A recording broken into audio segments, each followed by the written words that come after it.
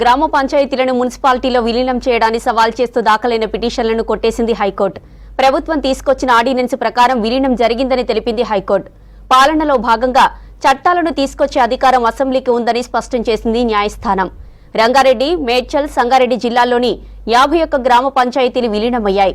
పంచాయతీల విలీనాన్ని వ్యతిరేకిస్తూ పలు పిటిషన్లు దాఖలయ్యాయి. పిటిషన్లపై విచారణ చేపట్టి తీర్పు వెలువరించింది సీజే ధర్మాసనం.